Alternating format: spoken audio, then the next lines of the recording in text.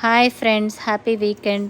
ఈరోజు మా అమ్మ ఎంత టేస్టీగా చేసేదో తెలంగాణ తాలింపు అన్నం అన్నమాట. అది మీకు చూపిస్తా. వితిన్ 15 మినిట్స్లో అయిపోతుంది రైస్ వండి ఉంటే. సో దీనికి కావాల్సినవి జీలకర్ర, ఆవాలు, పచ్చిమిరపకాయలు, ఆనియన్స్, టమాటోస్, ఇంకా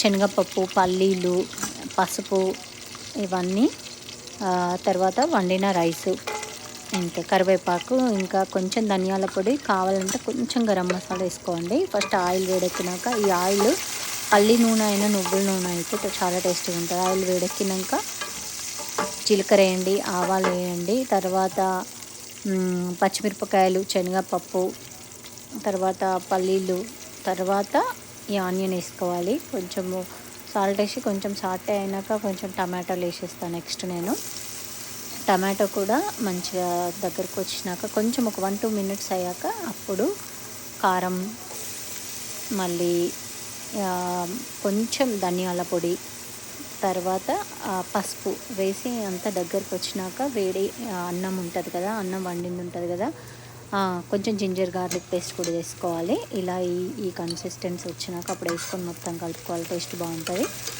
నేను యాక్చువల్లీ కరివేపాకు వేయడం మర్చిపోయినా, బట్ కరివేపాకు వేసుకొని ఇంకా బాగుంటుంది. నేను ఈరోజు డాక్టర్ అపాయింట్మెంట్ ఉండే, వచ్చినాక ఏంటి తొందరగా అయ్యేదేంటి రెసిపీ అని ఇది గుర్తుకొచ్చింది.